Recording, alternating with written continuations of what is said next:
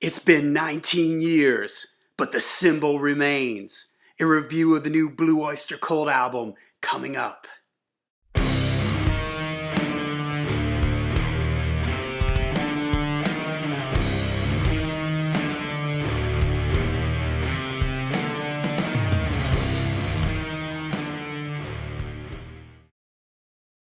Welcome to Lair of the Alchemist, where we discuss all things heavy metal and hard rock. On today's episode, a review of the new Blue Oyster Cult album, The Symbol Remains. This is Blue Oyster Cult's 15th studio album, and it's been long anticipated, as it's been 19 years since they released their last studio album, Curse of the Hidden Mirror. So I don't have my vinyl copy, it hasn't come in yet, but I've been listening to this album all day on Amazon Music HD. I couldn't wait to do a review of it, so here we are. What can we say about this? I love it. I think it's great. It checks off all the boxes that I want when I listen to Blue Oyster Cult. Different feels in the songs. Some sci-fi lyrics, some conspiracy theory lyrics, some heavy riffs here and there, great singing, great production, great playing from everybody. And this album for me has all of that. The album features the classic members Eric Bloom on guitar and vocals, Buck Dharma on guitar and vocals, Richie Castellano on keyboards, guitar, and vocals, Danny Miranda on bass, and Jules Rodino on drums. Now, for those who may remember, I did a Blue Oyster Cult ranking of their catalog with my friend Josh, who's also a big Blue Oyster Cult fan. And at the bottom of my list were their two studio albums before this, Curse of the Hidden Mirror and Heaven Forbid. And part of the issue that I had with those records is that I felt it didn't have enough variety on it. And on those two records, the bulk of the writing, all of the writing is between Buck and Eric, along with some other writers helping them out with the lyrics. But musically speaking, those two albums are all Buck and Eric. And what I missed on those records was the variety in songwriting input that you got on the early Blue Oyster Cult records, especially when Albert and Joe were in the band. Albert Bouchard being the original drummer, Joe Bouchard being the original bass player, and Alan Lanier, the keyboard player. Because at that point in time, through the 70s and the early 80s, Albert contributed a lot to the writing. He sang, Joe wrote, he sang, Alan Lanier wrote and sang here and there. So there was, every Blue Oyster Cult record had a lot of different things going on. You had different singers, you had different songwriters, you had different feels.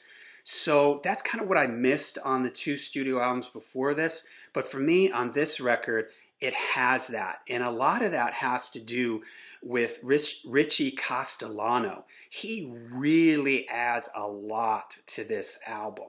Not only with his vocals and his playing, his keyboard and his guitar playing, but with the songwriting especially. Some of my favorite songs on this album he wrote or he was a co-writer on.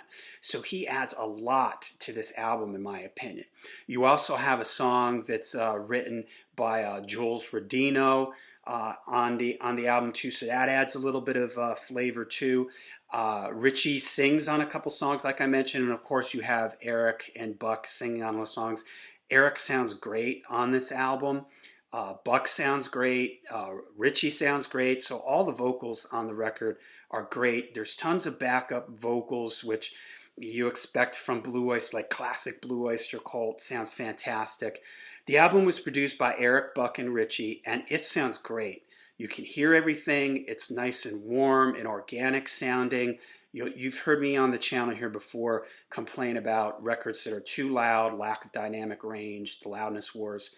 That's not at all on this. Everything's really punchy. You can hear everything. It's really warm. The bass is there. The drums are there. All the keyboards and the layers. That was another thing that I mentioned in my original album ranking with the two albums before this, Heaven Forbid and Curse of the Hidden Mirror, that I was missing some of those layers, the overdubs, the keyboards and stuff, and I really feel like that there's a lot of that on this record. I was up at midnight last night and listened to it as soon as it came on Amazon, and I've listened to it probably 5 or 6 times already today. And each time I listen to it, I'm hearing something a little bit new, a little texture thing, a little keyboard thing, a guitar overdub.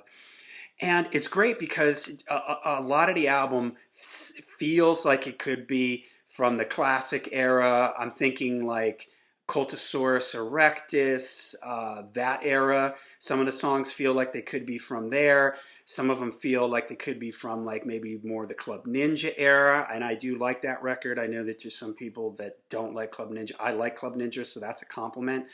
But there's also enough fresher sounding stuff that it doesn't sound like they're just trying to sound like old Blue Oyster Cult. There is new takes on things. So let's jump into the record. It starts off with That Was Me, which I believe was the first single that they put out from this. It's Eric Bloom on vocals. It's a Bloom Castellano co-write. It's got a cool kind of aggressive riff. I like the lyrics. They're kind of quirky and weird. That was me, So that's really neat. I like it. Great chorus, a really great catchy chorus. Next was the second single that they released, Box in My Head, which for me, not my favorite on the record. I like it. It's melodic. It's a Buck song, Buck on lead vocal. The chorus in it, the chorus feels a little awkward to me. The way, I didn't write down the lyrics here, but it's like there's a box in my head and inside is a box and a box. And he just says like box too many times for me. It just feels awkward, which is a shame because it's really melodic before that, and I was just expecting a little bit more from the chorus. And it's not that I don't like poppy type songs and poppy Blue Oyster Cult songs, because I love, for instance, the song Mirrors. I think that's great. But for me, it kind of doesn't work. Next is Tainted Blood. This is Eric Bloom and Castellano.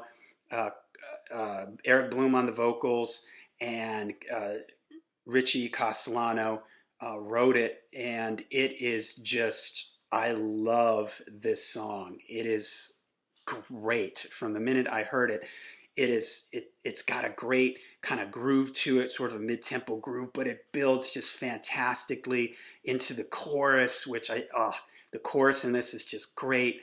I love the subject matter. It's like a vampire love song.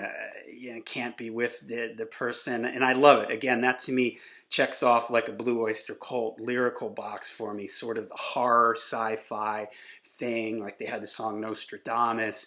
Well, this is like along that line for me, and I just love it. I love the way it builds. I love the chord changes leading into the chorus. It's just fantastic the way it moves up and down. Just great. And Richie's vocals on it are fantastic.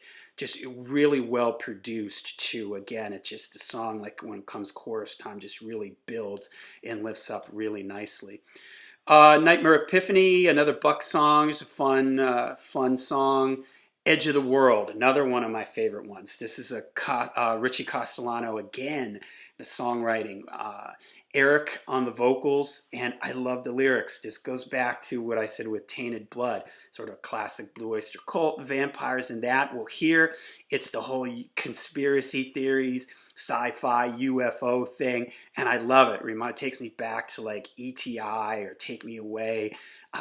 Just great. I love the feel of it. It's got a classic Blue Oyster Cult feel. Again, I could have pictured this on like Fire of Unknown Origin or Cultosaurus Erectus, that sort of that era of Blue Oyster Cult. So just a great one, another one of my favorites. The Machine is cool, kind of upbeat one. I'm pretty sure that's Richie on the vocals. I didn't mark that down.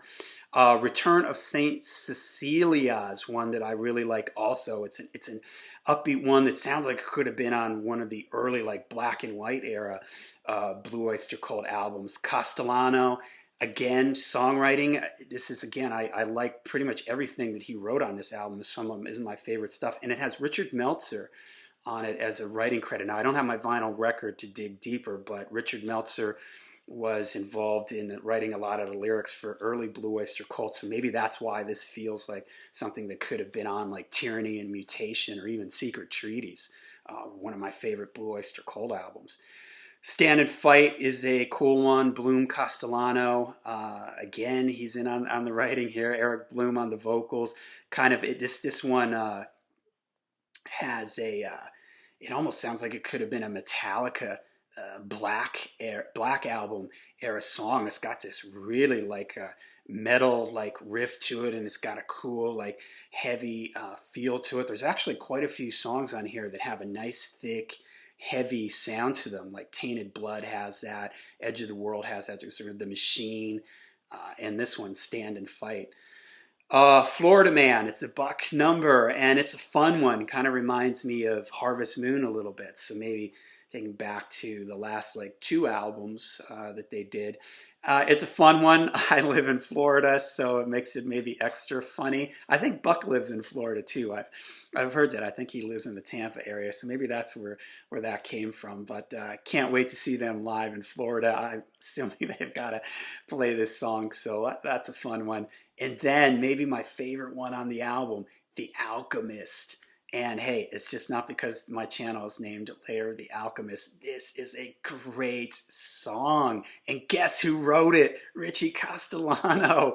This is fantastic. It reminds me of like the golden age of leather a little bit. Like it's got all these changes and it's got a nice heavy riff in the beginning, super catchy chorus, and then everything stops and there's like this almost Iron Maiden like guitar riff, and it goes into like this fast section. It's kind of a longer number. This is the highlight of the album for me. This and Tainted Blood, my favorite songs on the record. It is just great. I love the lyrics. I love Eric's vocals on it.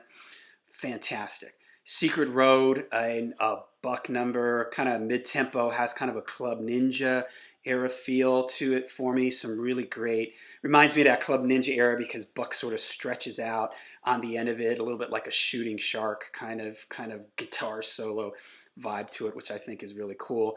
There's a Crime, which is Jules Rodino, who I mentioned earlier, has a write on this, and there's a co-write here with Jeff Denny. Again, I don't have my vinyl, so I'm not sure. Maybe he contributed the lyrics. I don't know.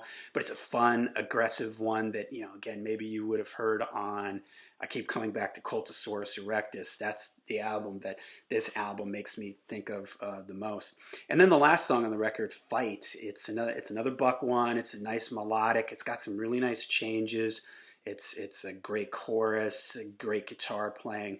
So it ends the album on a really cool note. So just a great album. It's was I think like 60 minutes. And it doesn't feel like that. When I first saw it, I was like, oh no, like you've heard me complain in some other videos. Sometimes I wish people would trim things down. You know, I always say, oh, if they had just taken out 2 or 3 songs, this would have been more focused. It didn't feel like that at all on this. This album moves really quickly. It flows really nicely. I didn't feel like it was too long at all. I think this is a great return to form if you're a fan of classic Fire of Unknown Origin, Cultosaurus Erectus, that era of the band. There's going to be plenty of stuff that you like on this. If you're a metalhead, you're going to like a bunch of stuff on here. There's a lot of heavy riffs on here, so a lot of thick guitar, some stuff that even harkens back to the earlier days, some Club Ninja. They're like sort of mid-late 80s feel. So for me, this is great. Where would I rank it in the catalog? I don't know. I can't really say that right now. I mean, it's not going to unseat Fire of Unknown Origin or Secret Treaties or Spectres for me because you know, those albums I just absolutely adore. But this is really good, and I have a feeling that this is really going to grow on me. I certainly like it better than their last 2 albums. I like it better than the Revolution by Night.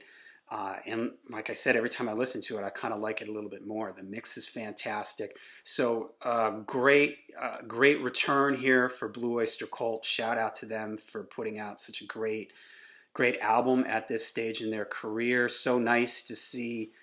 Another shout out to Richie Castellano for just the great songwriting, the great singing, the great playing, and what he brought to this album. It really added something special to this album. Everybody sounds great on it. There's great drumming on here, a lot of great guitar playing. The vocals all sound great from everybody. So I highly recommend that everybody check it out. If you're a Blue Oyster Cult fan, I really think you're going to like it. If you're not a Blue Oyster Cult fan or you don't know much about Blue Oyster Cult, I think you'll still like it. Anyways, so check it out. Okay, so there you go, the new Blue Oyster Cult album. After 19 years, the symbol still remains. Yes, okay, so let me know what you think of this album in the comments, and like and subscribe and all that stuff. And until we see you again, make sure you stay heavy, stay metal.